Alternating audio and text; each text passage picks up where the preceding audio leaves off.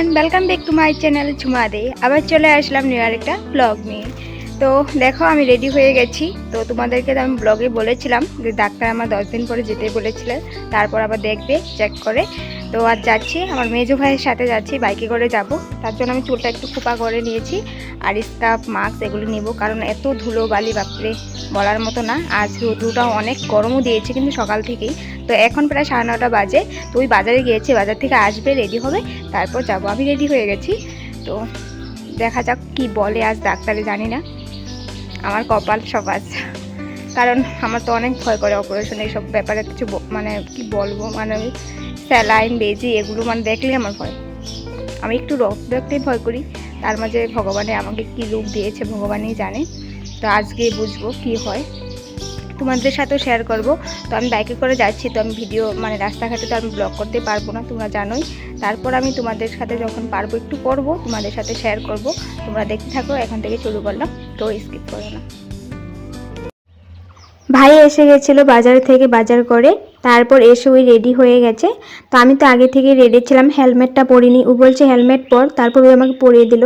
আর আমি হেলমেট কোনোদিনও পরি না, কিন্তু এই প্রথমবার পরেছি। পরার পরে মনে হচ্ছিলো যে ভারী একটা কি লাগিয়ে নিয়েছি মাথার উপরে, এরকম মনে হচ্ছিলো।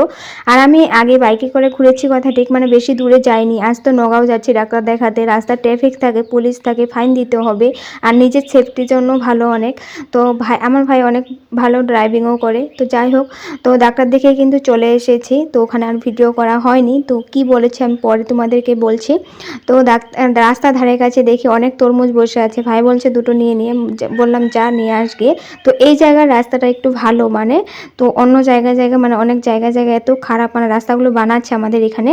তো অনেক মানে ধুলো বালি, মানে পাথরে ভরা, তো অনেক কষ্ট হয়। তো যাই হোক, ওই তরমুজটা নিয়েছে, দুটো তরমুজ এনেছে। তারপর এসে গেছি ঘরে। আসার পরে ক্লিন হয়ে ফ্যানের নিচে বসে আছি। এত গরমও দিয়েছিল আজ, গরমও লাগছিল অনেক। আর রাস্তা ধুলো বালি এগুলোতে মানে শরীর খারাপ হয়ে গেছে, ভাইয়েরও হয়েছে অনেক শরীরটা খারাপ। তারপর তরমুজগুলো এনেছি। তো মাকে বলছি, মা ঠাকুর পুজো দিচ্ছিল, এসে দেখি মানে আগের দিন গণেশ পুজো দিয়েছিলাম, ওটা ক্লিন করে তারপর ঠাকুর পুজো দিচ্ছিল। মা কাজকর্মগুলো করে স্নান করে এসেছে। তারপর মা এখন যেহেতু ঠাকুর পুজো দিচ্ছিল, আমি বললাম যে তরমুজ এনেছি, ঠাকুরকে লাগিয়ে দাও, তরমুজ ভুগে লাগাও। তারপর মা তরমুজটাকে এখন ভুগে লাগাচ্ছে। আর গণেশ পুজোর জায়গাগুলো ক্লিন করে নিয়েছে, গণেশ ঠাকুরকে সুতো দিয়েছিলাম, এগুলো সবাইকে বাঁধতে হবে। তো ওই দেখো, তারপর আর বাসনপত্রগুলো আমি আগেই ক্লিন করে রেখেছিলাম। এখন এই সুতোগুলো সবাইকে বাঁধবো হাতে, আর আমিও বাঁধবো। এই সুতোগুলো আগের দিন পুজোতে যে লাগানো হয়েছিল ওই সুতোগুলো। তারপর ডাক্তারে বলেছে হলো আমাকে যেগুলো ডাক্তারের মেডিসিনগুলো দিয়েছিল আগে, ওই মেডিসিনগুলো খেয়েছি, আর ড্রপ এগুলো দিয়েছিল।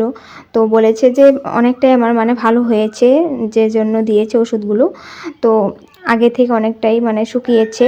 কিন্তু আমার রোগটা যেহেতু অনেক পুরনো রোগ, আবার মেডিসিন দিয়েছে, এবার কম করে দিয়েছে মেডিসিন। বলছে যে 9-10 দিন খেলেই হবে। কিন্তু এটা শুকাচ্ছে কথা ঠিক, একটু ভালো হয়েছে কথা ঠিক, কিন্তু এটা পার্মানেন্টলি ঠিক হবে না, এটা অপারেশনই করতে হবে। তো আমার অপারেশনের কথা শুনে এত ভয় করেছিল, মানে কি বলবো, মানে আমি ডাক্তারকে জিজ্ঞাসাই করে নিয়েছি যে অপারেশন না করলে কি চলবে না। ডাক্তার বলছে যে এটা পুরনো রোগ, ওষুধপাতিতে একটু তো ভালো হবে কিন্তু কমবে না। তো আবার যেতে হবে, ঠিক নাই কি হয়। তারপর তরমুজগুলো কিন্তু মা প্রসাদে দিয়েছিল, যে ওটা দিয়েছে। এত মিষ্টি, এত রস, খেতে এত ভালো লেগেছে। বাবা এত তরমুজ আনছে কতদিন ধরে, আমাদের ঘরে তরমুজ অনেক খাওয়া হয়, কিন্তু এই তরমুজটা বেশি ভালো খেলাম। এত রস ছিল আর মিষ্টিও ছিল। তো ভাই বলছিল আরও দুটো নিয়ে আসলে ভালো হতো। তো যাই হোক, এই ব্লগটা হলো পরের দিন, অষ্টমী স্নান গিয়েছিল মা। তো সকালবেলায় উঠে পড়েছি, মা যাচ্ছে, তো চা করতে হবে, বাসি কাজগুলো করতে হবে। ভাবলাম যে তোমাদের সাথে আজ ব্লগটাও একটু শেয়ার করে দিই, কারণ আগের দিন ব্লগটা বেশি কিছু করা হয়নি। আর শরীরটাও খারাপ হয়ে গেছিলো, মানে রাস্তাঘাটের প্রদূষণ, তার মাঝে আবার বাইক করে গিয়েছি। আর নাকে কানে মানে বাতাসটা যে লেগেছে, ধুলোবালি, আমার এগুলো তো প্রবলেম, অ্যালার্জি তো জানোই। তো এটার জন্য মানে প্রবলেমটা হয়েছে। আর আমার ভাইয়ের শরীরটাও খারাপ হয়ে গেছে, মানে এতখানি জায়গা আমি প্রথমবার কিন্তু গিয়েছি বাইকে এতখানি দূরে, তার জন্য শরীরে অনেক মানে কষ্ট হয়েছে। আমি তো বাইক চালিয়ে যাইনি, আমি বসে গেছি, তো তবু মানে তো যাই হোক, সকালবেলা তো দেখি রাত্রেবেলাতে কিন্তু বৃষ্টি হয়েছিল, মানে রাত্রেবেলা 4টার দিকে হয়েছিল, সকালে 4টা ভোর 4টার দিকে হয়েছিল, এত তুফান বৃষ্টি, বাপরে! আমি তো ভেবেছি আজ হয়তো অষ্টমীর মানুষ যেতে পারবে না। তারপর দেখি যাওয়ার টাইমটুকে মানে বৃষ্টি কমে গেছে, দিনটা মেঘলা করে আছে। তো মা কী কী নিয়েছে দেখো, পুজো দেওয়ার জন্য সব কিছু সামগ্রী নিয়ে নিয়েছে, আর কাপড় চাপড় সব কিছু নিয়েছে, আর খাওয়ার জন্য দই, চিড়া, মুড়ি, খই এসব তো লাগবেই, এগুলোও নিয়েছে। আমি ভাবলাম যে তোমাদের সাথে একটু অষ্টমী স্নানের মা যাচ্ছে, তো ওরাও ভিডিও একটু তোমাদের সাথে শেয়ার করে দেই। তো দেখো বাড়ি ঘরের অবস্থা কি রাত্রে তুফান বৃষ্টির জন্য। আর মা একটা সিম্পল শাড়ি পরে নিয়েছে, আসার সময় একটা ভালো শাড়ি পরে আসবে। আর যেহেতু বৃষ্টির দিনটাও মেঘলা করে আছে, কোনো ঠিক নেই, বৃষ্টি আসতেও পারে। আর বৃষ্টি পড়ে আছে বলে যে এই গাছটা কত সুন্দর হয়ে আছে, দেখতেও ভালো লাগছে। ফুল গাছগুলোতে একদম জল পড়ে আছে, তোমাদেরকেও দেখাচ্ছি, দাঁড়াও। ভালো লাগে কিন্তু বৃষ্টির দিনে এই ফুল গাছটা দেখতে, একদম ক্লিন লাগে। আর জলগুলো পড়ে আছে যে ওটাও দেখতে ভালো লাগছে।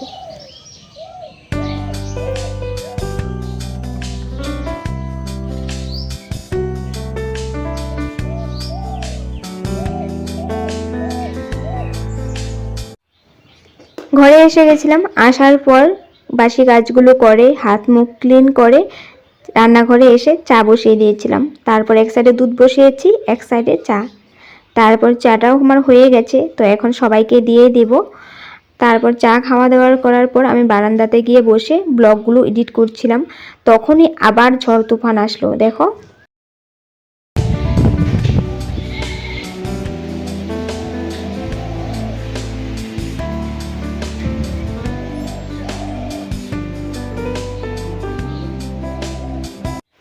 ঝড় তুফান তো হচ্ছিল, তো আমার চিন্তাও হচ্ছিল, তো বৃষ্টিও পড়ে গেছে দেখো।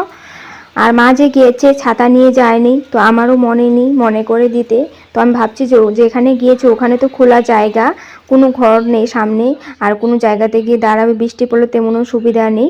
তারপর দেখি মা এসে গেছে, তো জিজ্ঞাসা করছিলাম বৃষ্টি পাওনি? মা বলছে যে না, গাড়িতে বসেছি তখন বৃষ্টি পড়ছিল, আর খাওয়ার সময় মানে একটু তুফান দিচ্ছিল, তো খাওয়াটা ভালো করে করতে পারিনি। তারপর এসে গেছি, তো এখন আর কোনো কথা নেই।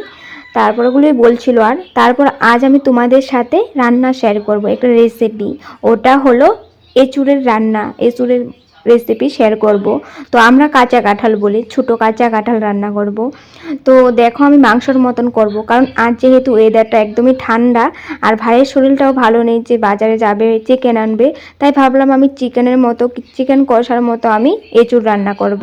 তো দেখো আমি মশলাতে কি কি নিয়েছি, পেঁয়াজ, রসুন, কাঁচা লঙ্কা, আদা, জিরার গুঁড়ো, তারপর একটু লঙ্কার গুঁড়ো নিয়েছিলাম, আর কাঁচা লঙ্কাটা বেশি দিয়েছি। তারপর দেখো মশলা করে নিয়েছি, মশলাতে নুন হলুদ দিয়ে নিব। আর আমি এখানে দেখো সবজিতে নিয়েছি হলো পটল, গাজর, আলু। আর আমি বেগুনি করব, ঠান্ডার দিনে বেগুনি করতে কিন্তু ডালের সাথে খেতে ভালো লাগে। আর আমি যে এঁচুড় রান্না করব ওটাতে কিন্তু টমেটো দিব, আর এখানে সাইডে রেখেছি আমি ধনেপাতা কুচি। আর এঁচুড়গুলো দেখো আমি যখন কেটেছি হলুদ জলে কিন্তু রেখে দিয়েছিলাম, হলুদ আর নুন জলে রেখেছিলাম, তার জন্য হলুদ হলুদ হয়ে আছে। আর ক্লিন করে নিয়েছি। তারপর মা ওই জায়গা থেকে প্রসাদ এনেছে, মানে মাখা করেছিল চিড়ামুড়ি, দই, ওটাও নিয়ে এসেছে। আর জিলাপি কিনে এনেছে, তো বলছে খা, আমি বলছি না এখন খাবো না। তারপর আমি এসে গেলাম আবার রান্না করার জন্য। আর দেখো আমি কিন্তু এখানে দেখো আমি যে বসিয়েছি সব কিছু একসাথে দিয়ে দিয়েছি। আমি তেলে নুন হলুদ দিয়ে তারপর সবজিগুলো দিয়ে এখন নাড়াচাড়া করছি। এখন অল্প টাইমের জন্য নাড়াচাড়া করে ঢেকে দেব।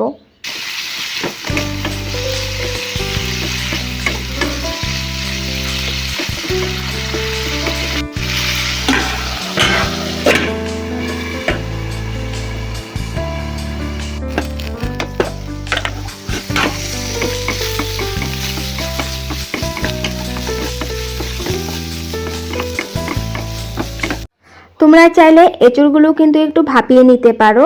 তো আমি যে এঁচুড়টা নিয়েছি একদমই কচি ছিল, তো ভাপানোর কোনো দরকারই ছিল না, তার জন্য আমি কিন্তু ভালো করে ফ্রাই করে নিলাম সব কিছু সবজির সাথে। তো 50% কিন্তু সবগুলো সবজি আমার বয়েল হয়ে গেছে, তো আমি এখন নামিয়ে নিয়েছি। এখন ওই কড়াইটাতেই আমি আবার দিয়ে দিব এখন সরষের তেল। এই কড়াইটাতে এঁচুড়গুলো রান্না করব, তো আমি সরষের তেল দিয়ে দিচ্ছি। দেওয়ার পর আমি দিব পুরনে পেঁয়াজ। তো পেঁয়াজ পুরনে আমি আবার তেজপাতাও দিব। দেওয়ার পর যে মশলাটা আমি করে রেখেছি তোমাদেরকে দেখিয়েছি, ওই মশলাটা কিন্তু দিব। মশলাটা দেওয়ার পর একটু কষাবো।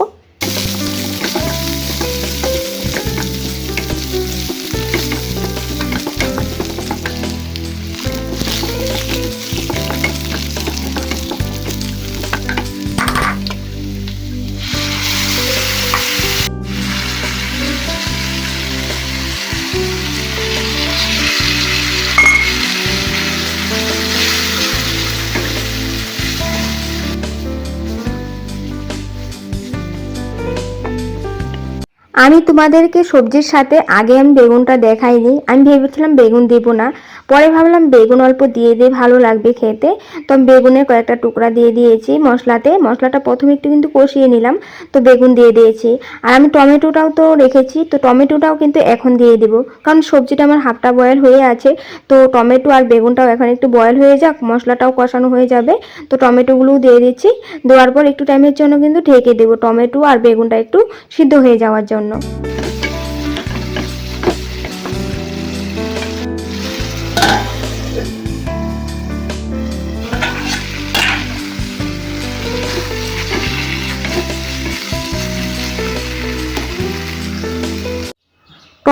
আর বেগুনটা সিদ্ধ হয়ে যাওয়ার পর আমি কিন্তু ভাজা রাখা সবজিটাও দিয়ে দিয়েছি।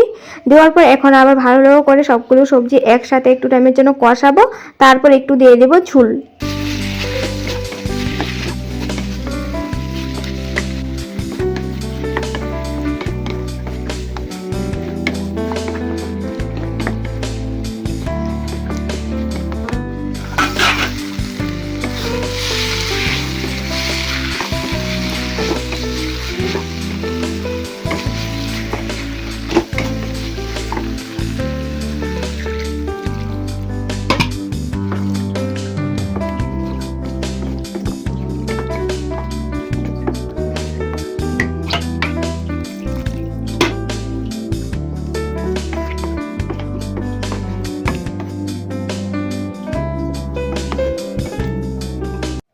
ঝুল অল্প দিয়ে দিয়েছি।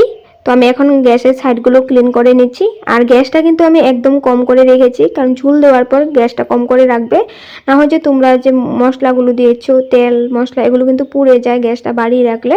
তো গ্যাসটা কম করে দিয়ে রাখবে, তো ঝুলটাও ফুটে যাবে আর খেতেও কিন্তু টেস্ট হয়।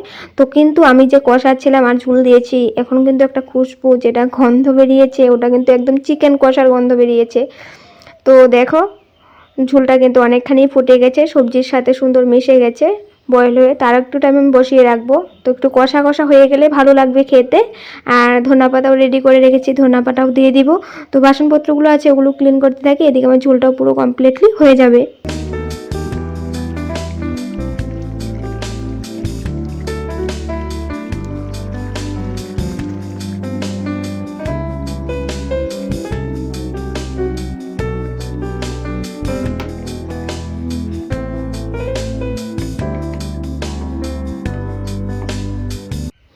এঁচুড়ের কষাটা কিন্তু কমপ্লিটলি রেডি, একদম চিকেন কষার মতন একটা গন্ধ বেরিয়েছে। তারপর আমি বেগুনিগুলো করে নিয়েছি, তো আগে আমি ব্লগে শেয়ার করেছিলাম, তো তার জন্য আর শেয়ার করলাম না, তোমরা দেখে নিও, আগের ব্লগটা ওভাবেই করেছি। তো আজ আমি ব্লগটা এখানেই রেখেছি। তোমাদের যদি রেসিপিটা ভালো লাগে লাইক শেয়ার করে দিও। Bye bye.